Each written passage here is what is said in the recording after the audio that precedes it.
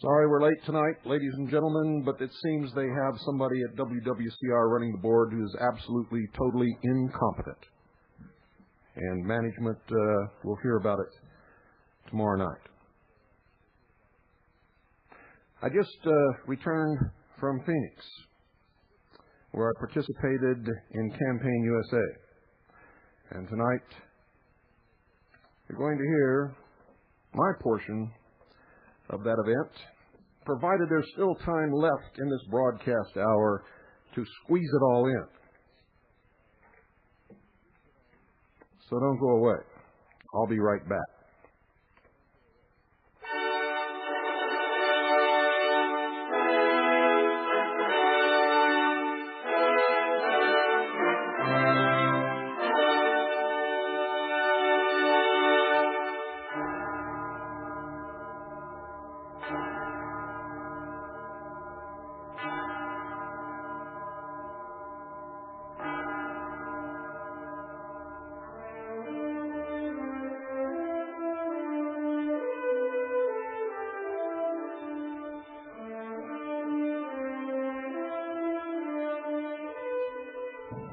I want to apologize to you in advance because I'm going to make most of you very angry.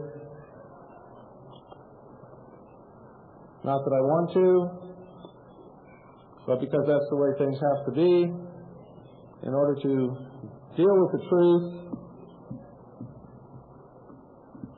and put people's minds in the proper perspective.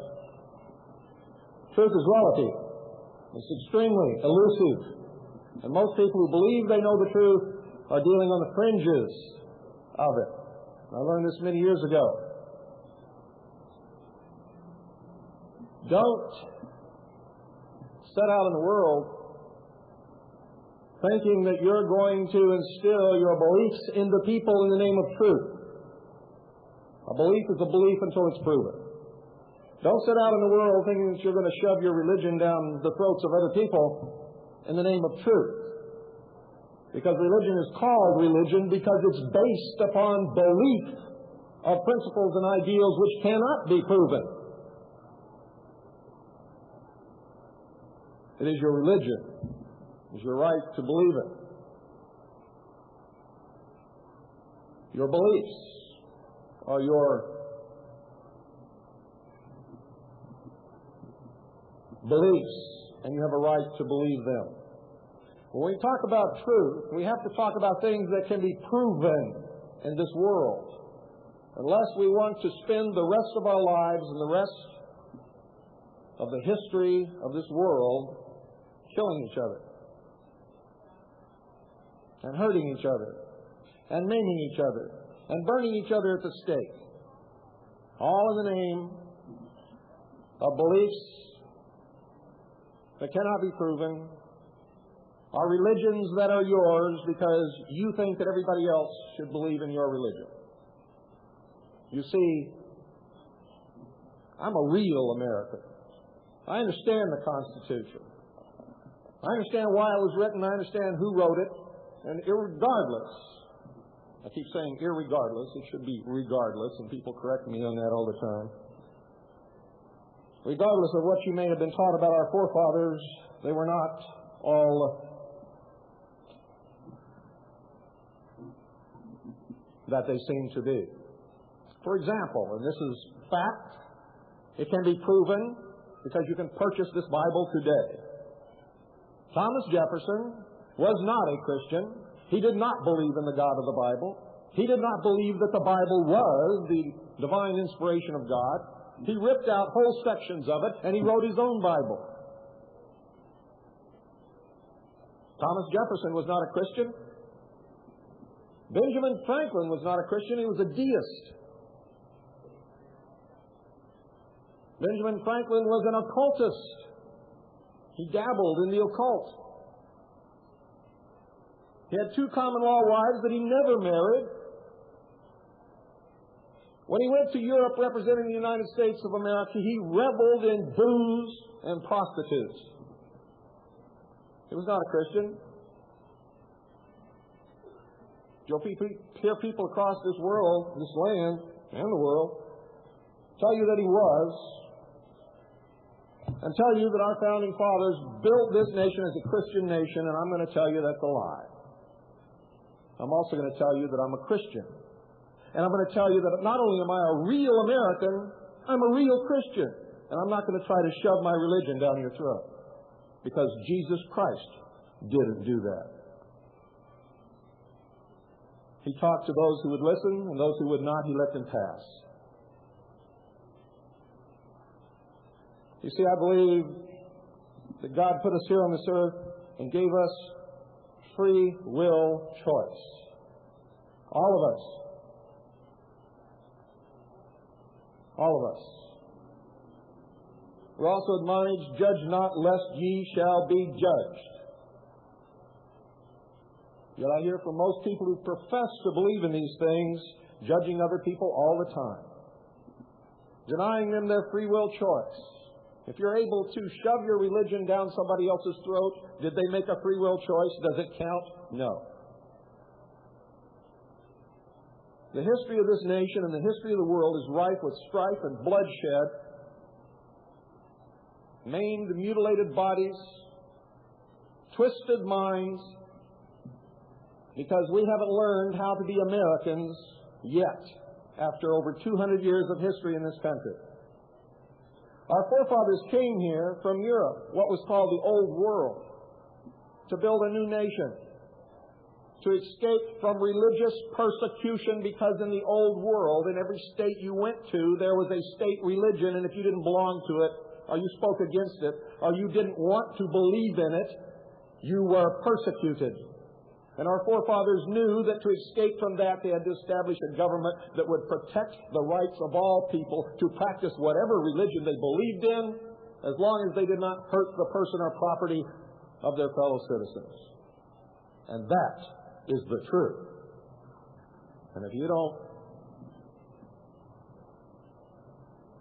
believe it or can't accept it, I would suggest that you leave right now, because the rest of this is really going to steam you up.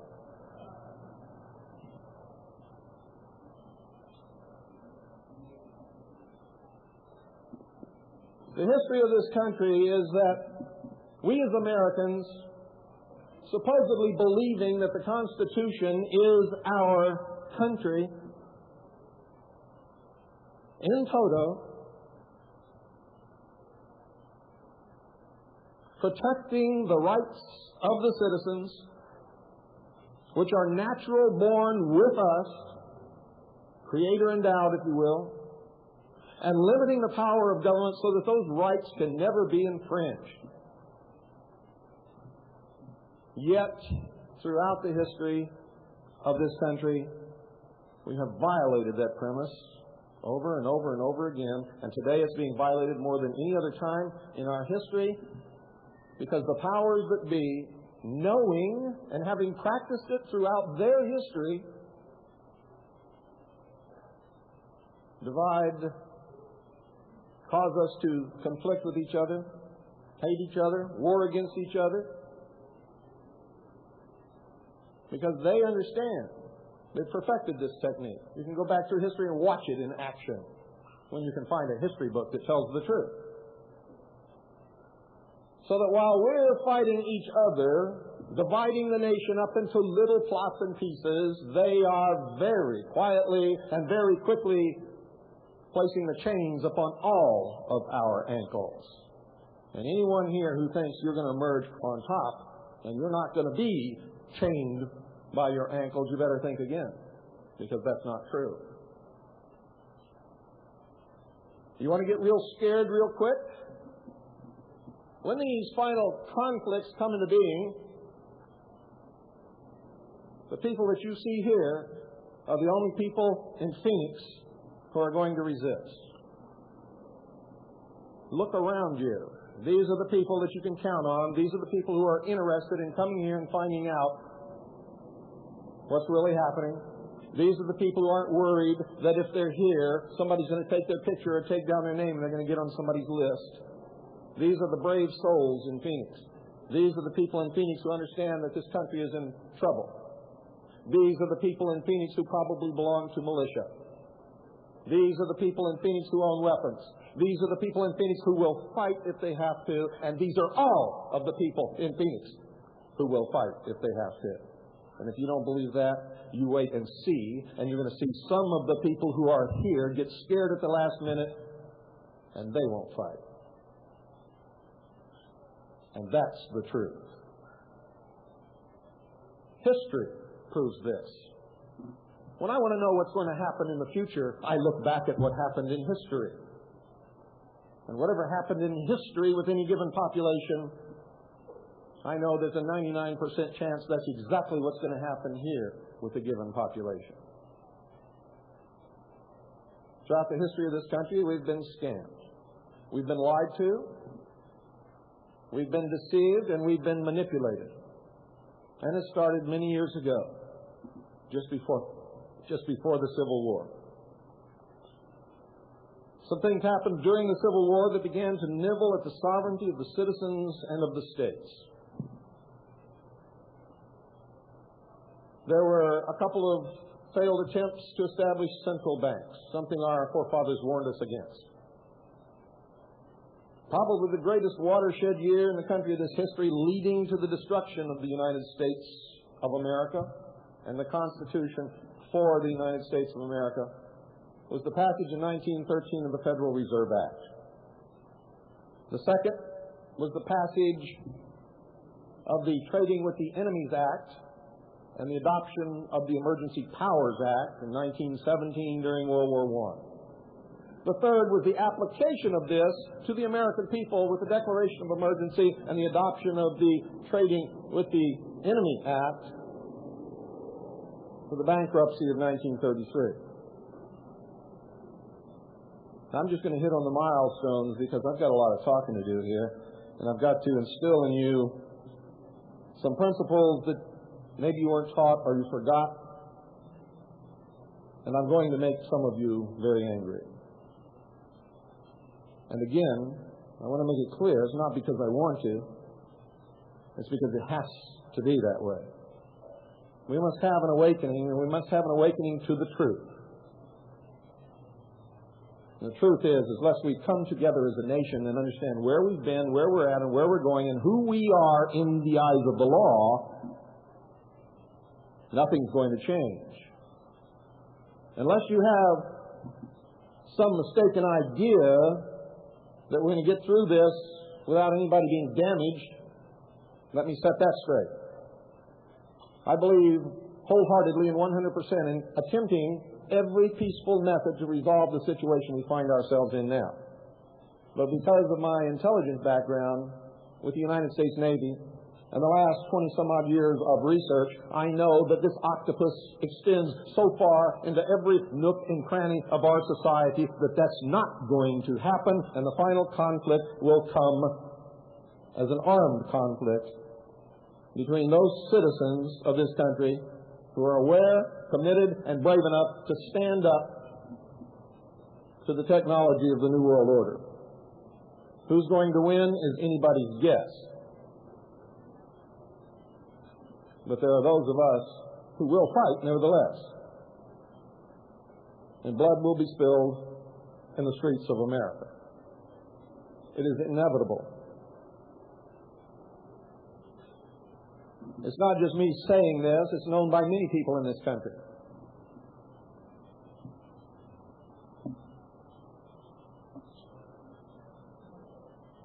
The next few steps on the road to our demise, and I'm sure John Nelson will, when he talks, will quote you the letter, verse, and number of the law.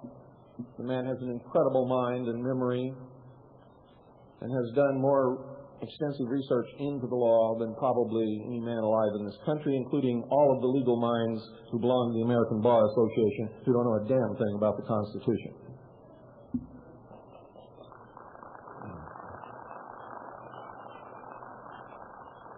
So I'm not going to quote to you the verse, letter, chapter, and number of the law.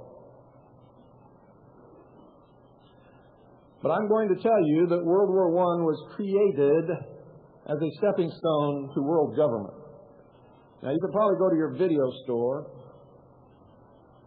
and you can find some old movies there. The older, the better. Because some of these old movies show you what's going to come.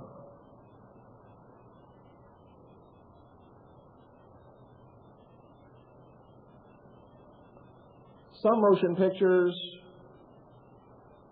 are attempts to get the public to agree to what's going to come. And they started literally with the inception of the movie industry. We found a reference by John Dewey in 1917, ladies and gentlemen, in New York, at a dinner for the Japanese imperial delegation headed by Viscount Ishii. And what he said was this. The first sentence out of his mouth was, quote, "Someone once told me that the best way to unite all humanity and do away with wars forever would be if we were invaded by some other species from some other planet," end quote. Now, some people would say, so what? It just happens, ladies and gentlemen, that Ronald Reagan said almost the exact same words 6 times during his presidency, added on to the end of his speeches, and the speeches did not contain that sentence when they were written. At one memorable event where Mikhail Gorbachev and Ronald Reagan ended a summit meeting, they were on a podium much like this, and Ronald Reagan said that Premier Gorbachev and I have made an agreement that should the Earth be invaded by some other species from some other planet, we would unite our military forces to repel this threat. What is he talking about? When did UFOs start being sighted? The first sighting that I know of was in 1947. What happened in 1947? Several things, but something happened just before it that's even more important than that. World War II had been fought. During World War II, if you've seen the old newsreels and you are perceptive, you saw in those newsreels that they called the Allied forces the United Nations. Now, this is before the United Nations was created. Supposedly, in the eyes of the public, yes. In secret, the United Nations was created before that. In 1940, H.G. Wells wrote a book called The New World Order. And you thought George Bush said it first. Hitler talked about the New World Order. We have a map drawn up in 1942 by the United States government that shows the exact partition of the world after the war ended. Exactly as it was actually partitioned, with the exact boundaries of the nation-states post-World War II, was drawn up in 1942.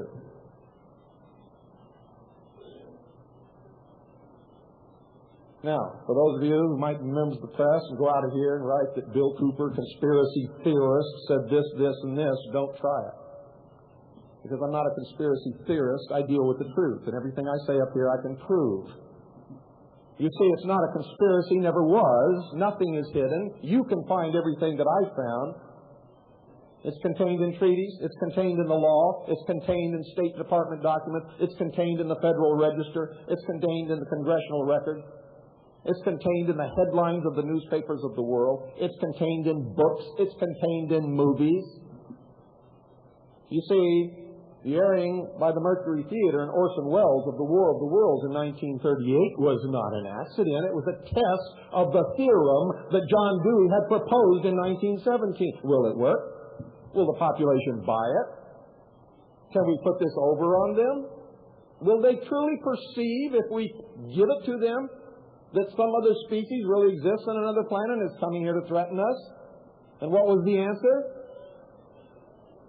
Yes, people jumped out of buildings. The stock market plunged. Farmers were running around the countryside with 12-gauge shotguns, and in one New England town, they shot the hell out of the water tower, thinking it was one of these extraterrestrial tripods that were coming to eat them.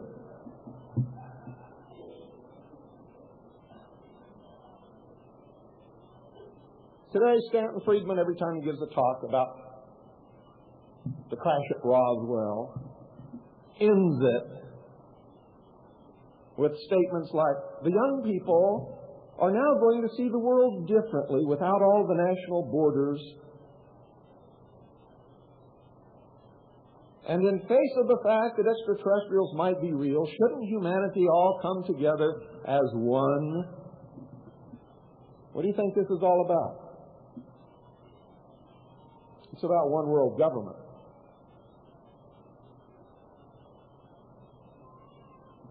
And during the history of this country, ladies and gentlemen, these things have been happening whether the Democrats or the Republicans were in power. It has never made a difference.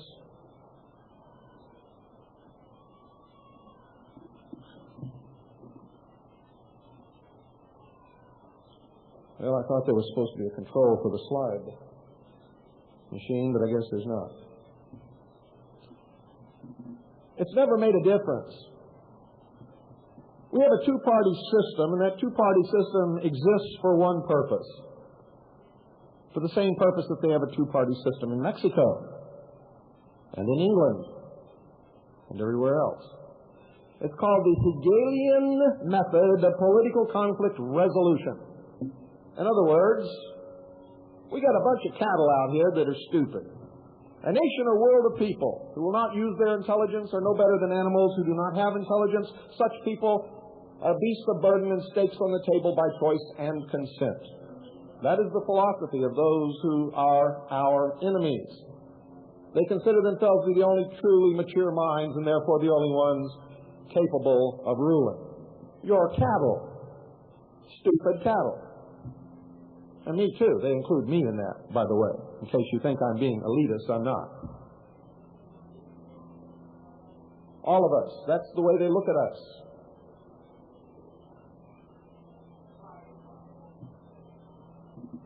Oh, good.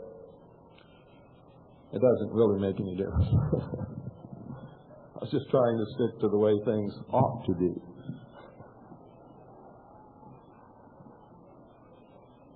You see, if Rush was really who he said he was, why don't you hear all these things on his show?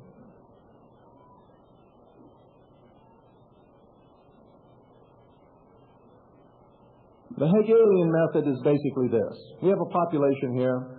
We want this population to go in that direction, not that direction.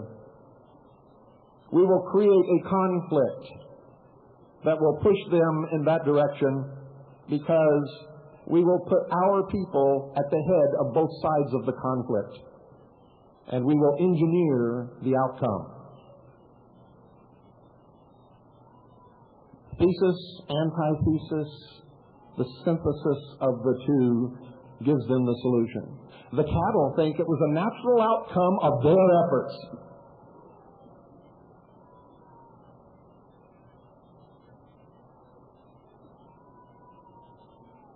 And that's what the Democratic and Republican Party is all about. It doesn't matter which one of those two you vote for. Never has. It mattered back in the beginning of this country, before they had party politics. And it mattered in the beginning of this country when they did have party politics, when they had 5, 6, or 7 parties. Then it mattered. But it doesn't matter today. And there's no strong third-party challenge simply because there's no strong third party. And there is no strong third party because everybody talks about the wrong issues. or they leave a good segment of the population out of their party or their group. Or they have baggage. The Libertarian Party doesn't succeed because, one, the word libertarian connotates ancient Rome. That's what comes to mind in many people. It also is not successful because in their beginnings, the Libertarian Party came together for the main purpose of repealing the marijuana laws. And nobody has ever forgotten that. Nobody's ever forgotten it. They're perceived by intellectual Americans a bunch of eggheads who want to smoke pot. Now, I'm not trying to insult libertarians. I'm telling you the truth. And the truth will make you mad all the time because nobody wants to hear it. Everybody's hiding behind their own little agenda, ducking the truth. I don't care who you are. I don't care if you're a Christian. I don't care if you're an atheist. I don't care if you're a Jew, a black, an Oriental, a libertarian, a Democrat, or a populist. The Populist Party sprang out of the German Bund before World War II. The German Bund was the arm of the Nazi Party in the United States of America. They carry that baggage with them. They're never going to put a president in the White House. If you're a populist, you're a loser. If you're a libertarian, you're a loser. And that's the truth. If you belong to the American Party, how many people ever heard of the American Party? One person. One person. None of these parties have as their platform the restoration of the government of the United States, the Republican form of government promised to us in the Constitution, guaranteed to us in the Constitution. None of them address constitutional issues. None of them talk about the things that we're talking about here tonight.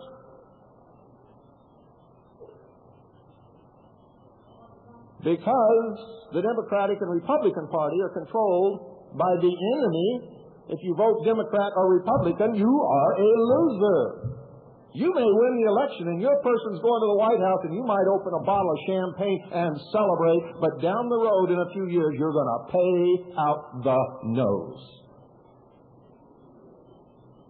If you had listened to my broadcast, you would have known how the election was going to turn out, and you would have known what Bob Dole was going to do with Gap, because I told the world on the hour of the time that the Republicans will win.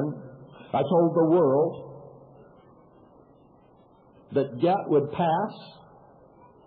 I told the world, don't listen to these people. They're lying to you like they always lie to you, because every pre-election campaign, they tell you what you want to hear, and then when they're elected, they do what they already had planned to do, and the two are never the same, and you haven't got it through your thick head yet. You still play the game. The kid takes your marbles. You come back next Saturday with a new bag of marbles that your mommy bought you, and you play, and he takes your marbles, and next Saturday you come back with another bag of marbles, and he takes your marbles again. Why are you coming back?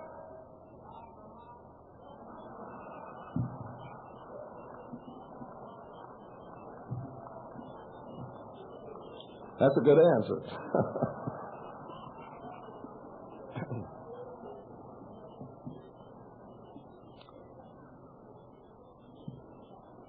There are a few of us around who are looking for solutions, not just problems.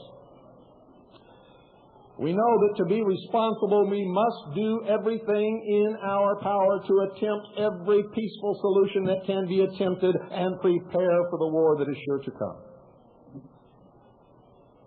Not because we want war, we don't.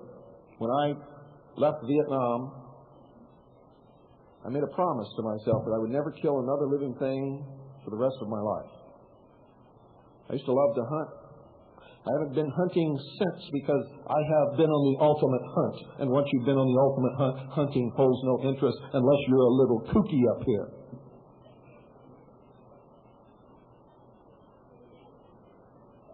So I swore to myself I would never kill another living thing.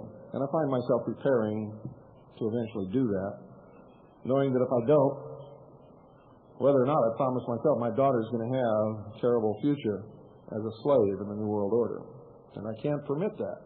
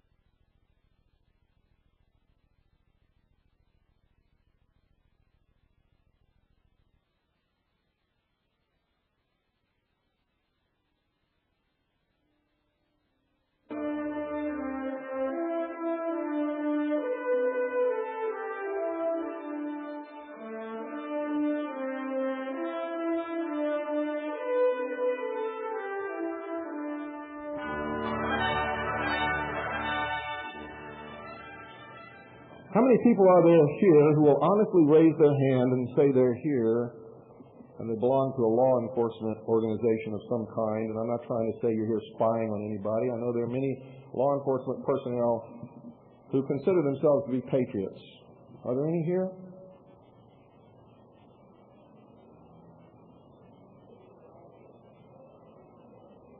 Well, they're either not here or they don't have the guts to raise their hand, one of the two, and it really doesn't make any difference.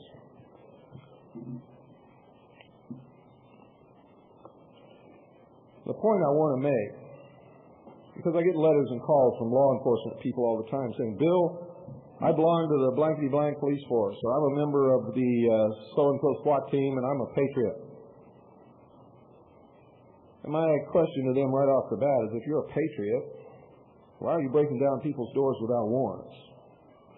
Why are you confiscating people's property without just compensation? Why are you searching people without reasonable cause to do so, and without warrants specifically stating who, what, where, when, why, and how? Why are you serving warrants on people signed by some magistrate who doesn't know his butt from a hole in the ground instead of a judge, like it's supposed to be? If you're law enforcement and you're doing these things, what does it say about the condition of the country at this present time when you're telling me that you're a patriot?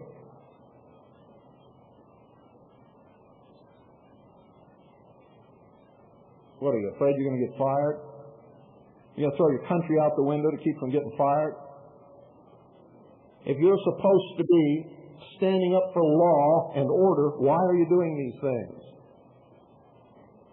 And I'm not trying to just pick on you. I'm trying to demonstrate a point here. And it's not just with law enforcement. It's with everybody and every segment and every institution in this country. Americans don't know what America is, and they haven't been Americans for a long time. Most Americans don't own a copy of the Constitution, haven't read it, don't know what it says in their wildest dreams, and therefore, when a part of it is destroyed or they lose a right that they never knew that they had, they don't even know that they're supposed to object.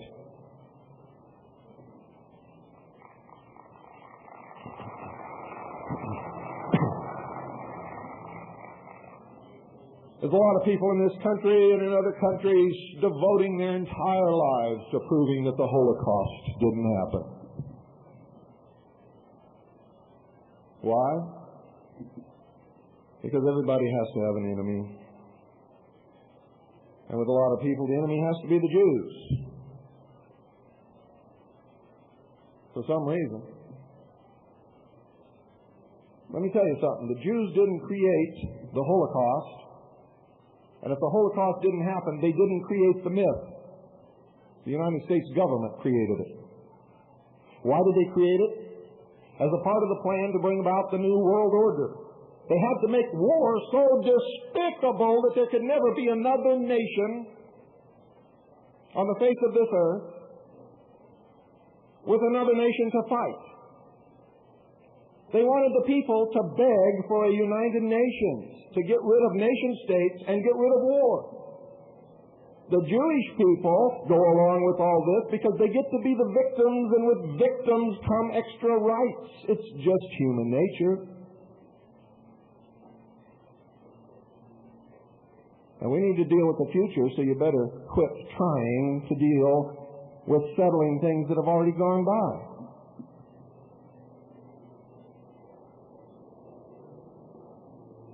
In case you didn't know it, many Jews have died fighting this country's wars. Just last week in the state of Texas, a member of the ADL, the Anti-Defamation League, which, by the way, published this lie, this propaganda report, armed and dangerous militias take aim at the federal government to demonize the militias. You can buy a copy at my table if there are any left. Pretending that they're doing this to protect the Jewish people. The ADL does not represent the Jewish people. They have a sordid, terrible history. They were being interviewed in the state of Texas on this report. They call the Texas Constitutional Militia a dangerous group of right-wing, gun-toting, anti-Semitic, racist terrorists. And of course, the news commentator let this go on for a while. And then they shifted scenes, and he was interviewing the head of the local Texas constitutional militia. And the first thing that he said was, "What about this? What is your answer to these accusations?" And he said, "As the leader of the Texas constitutional militia, and as a patriot Jew," and that's all that I need to tell you, ladies and gentlemen. This kind of stuff will bury itself, and this kind of stuff will also bury those who want to make the Jews our enemies. Some Jews are our enemies. Some blacks are our enemies. So are some Christians and some Lutherans and some atheists and some Catholics. Those in powerful positions who hold one mind, that they sincerely believe in their heart that for the best interest of all humanity and the best way to govern the cattle is to have one world government, to be able to enslave everybody so that they can be controlled every moment of their lives, for every 24-hour day of their lives, to create one religion so that there aren't a whole bunch of religions calling each other's names and burning each other at the stake and excluding people from whatever it is that there's going to be. And a lot of you are being sucked into these things by buying into the concept that we always have to hate each other and kill each other and chop each other up or convince each other that we don't belong. And that's a lie.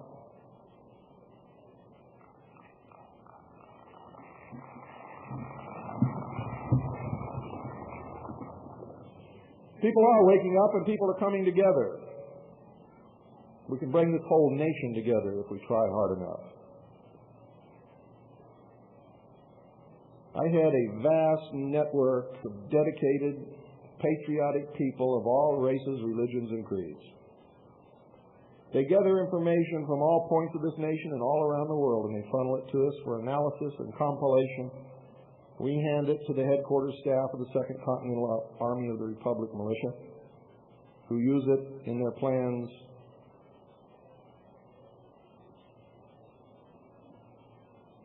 hopefully so that we can win the conflict that is coming.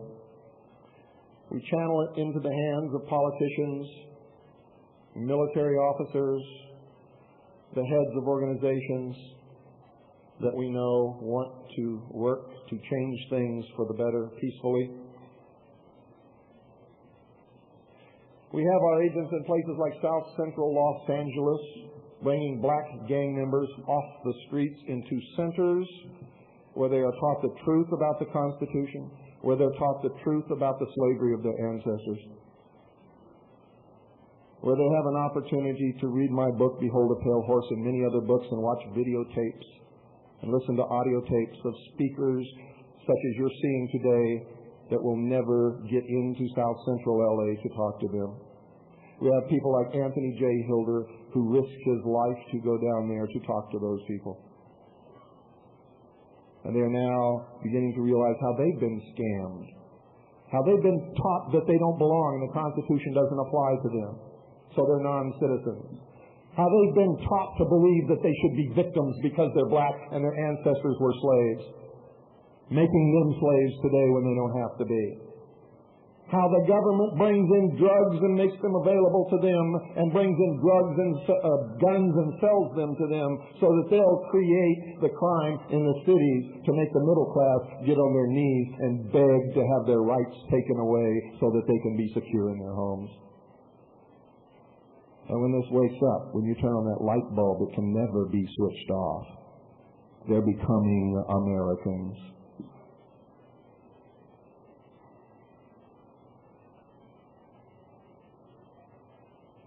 This could be the shining light of the world if we let it be. if we let it be. You see, in this country, our forefathers fulfilled what I believe to be God's edict by truly saying everybody can live here, be whoever they are, practice whatever religion they want to practice in safety because we set up a government that will protect that, and make their own free will choice based upon whatever religion they believe in or don't believe in, whether they'll be saved or be damned, and it'll be God who will make the judgments on those people, not you and not me. And if you want to stop this insane division that exists within us, you'll stop doing that. So there's only one thing that you could be punished for in this country, the way our forefathers set it up, and that was for injuring the person or the property of any other person in the practice and enjoyment of your freedoms and liberties.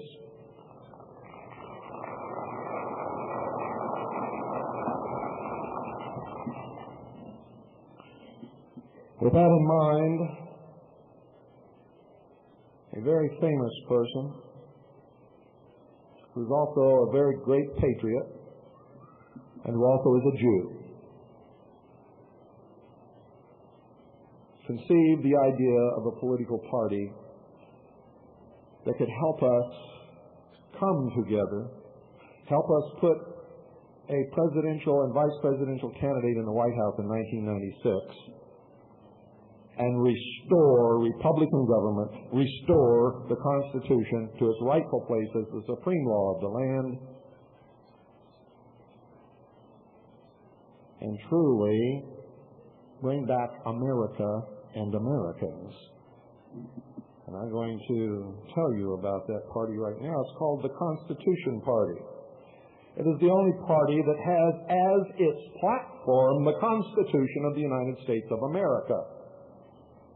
And the only candidates that we will run will be candidates who will swear to uphold and defend that Constitution against all enemies, foreign and domestic, and will restore Republican government.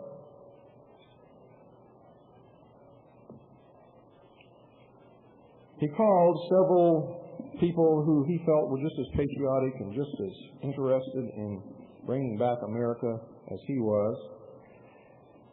And I was greatly honored when he included me in that group as a founder of the Constitution Party. And I'm going to ask that you all join and get involved, and you don't have to belong to just one party. If you want to hedge your bets, you can belong to two or three.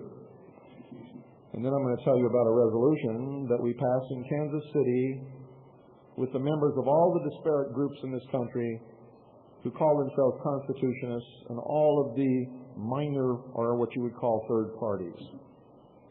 The only dissenting group was the Libertarian Party, whom we came to find out has a leadership, and I don't believe this is true of all libertarians, but it is true of the leadership because they told me to my face they don't believe in the Constitution. They don't believe in national borders.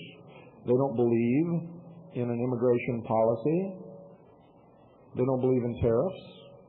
And believe me, folks, if you bought all the baloney they've been feeding you about GATT, you better think again. Because when they get rid of all the tariffs, excise taxes, and import taxes that used to really fund the government, where do you think that money's going to be replaced from? From your pockets. None of your income tax has gone to fund the federal government, build one road, pay one congressman, or any office worker in Washington, D.C. It goes directly to the Federal Reserve deposit to the credit of the United States Treasury to pay the interest on the debt of the United States of America. Because one thing you have to understand about loans, if you don't pay the principal, you must pay the interest. The United States government has been run on tariffs, import taxes, and excise taxes. And that's gone now. So if you think 55% is too much, ho, ho, ho, have you got a shot coming? And if you really think that the Republican leadership isn't going to raise taxes,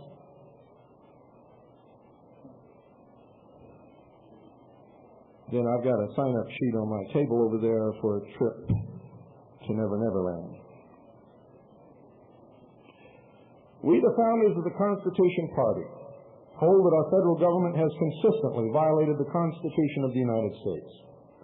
The Founding Fathers designed the United States government to serve us, the people. It was not designed so that we, the people, would serve government. We no longer wish to see Americans dependent upon or enslaved by government.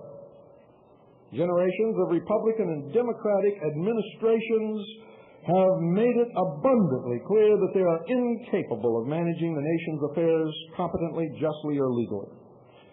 The Constitution Party is dedicated to ensuring the unalienable right of every American to life, liberty, property, and the pursuit of happiness by defending the Constitution of the United States and making certain that it remains the law of the land.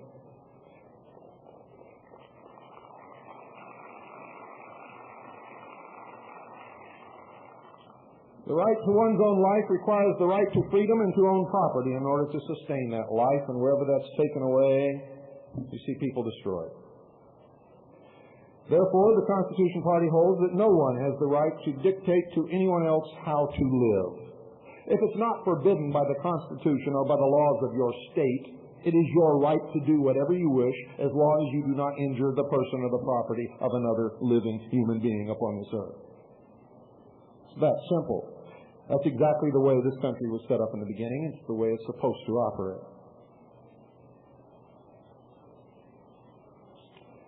It further maintains that no one holds a higher moral authority to compel anyone else to behave in a particular way. Your personal salvation is your business.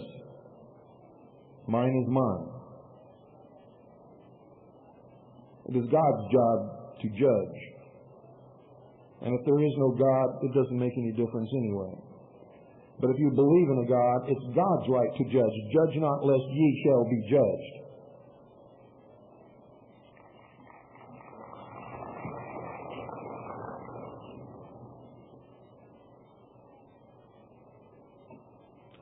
The Constitution Party maintains that each individual has the right to behave according to his or her self-determined moral principles, provided the pursuit of these principles causes no physical harm to any other person or his property.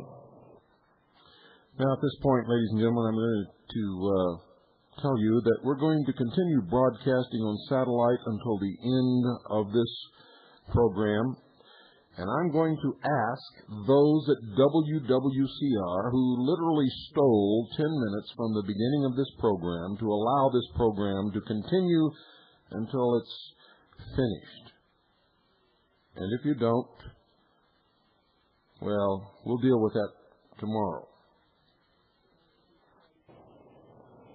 The Constitution Party believes that if there is no victim, there is no crime.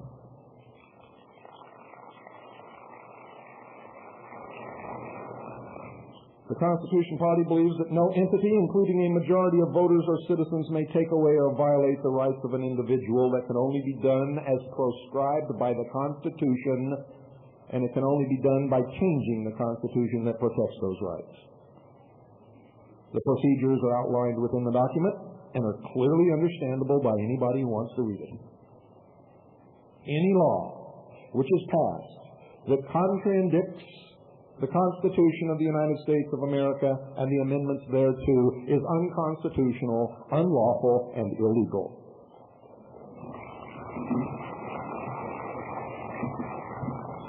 Accordingly, the Constitution Party calls for a reordering of national priorities. We aim to restore the right of all 50 states to be free from federal interference so they can self-govern, and for every individual American to be a sovereign citizen.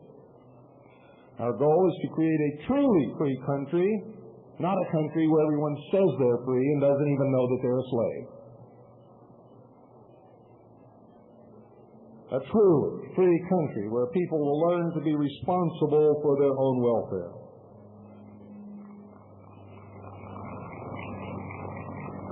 Upon achieving this goal, we firmly believe, and history has proven, and specifically the history of this country and its beginnings, productivity will flower, causing business to prosper, thereby creating an atmosphere of abundance, tolerance, and compassion. And therefore, we offer the following platform to ensure our rights and those of our children. Under no circumstances does the federal government have the power to violate the rights of any individual. Under no circumstances does the federal government have the power to violate the sovereignty of the states as described in the 10th Amendment to the Constitution. Each individual should be free to do whatever he chooses with his own person or property, provided he does not physically harm the person or property of another. People who physically harm others are to be forcibly segregated from the rest of society by government. It is society, not the criminal, that should be shown leniency.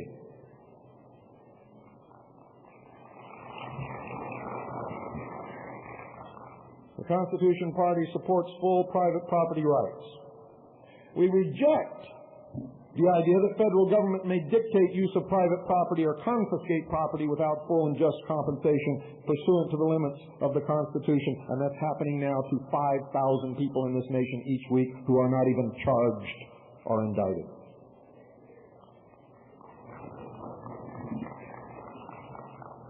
As a side benefit, full individual property rights will ensure a clean government. Each individual adult has the right to keep and bear arms, providing the owner has never been convicted of a violent crime involving the use of a weapon, and that's only fair.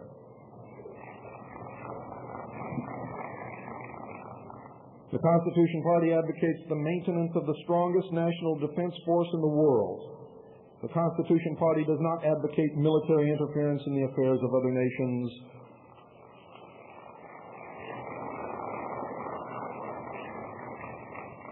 Let them rise or fall of their own accord. Let them rise to a high standard of living or squander in filth as they so desire. If they come against the United States of America, we will squash them like a bug.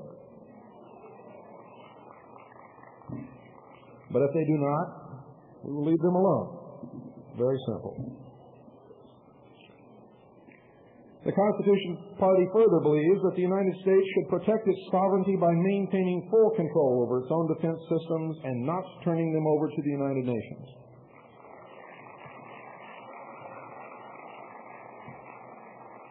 We advocate full financial freedom. We believe that individuals have the right to keep all money or property they have earned to provide for themselves and their families. The Constitution Party believes it is not government's business to know how much money you earn, where your money or property is kept, or to require you to keep records on its behalf. Accordingly, it believes that government has no right to use any of its agencies to intimidate people into revealing how much money they have or earn with threats of jail terms and property seizures.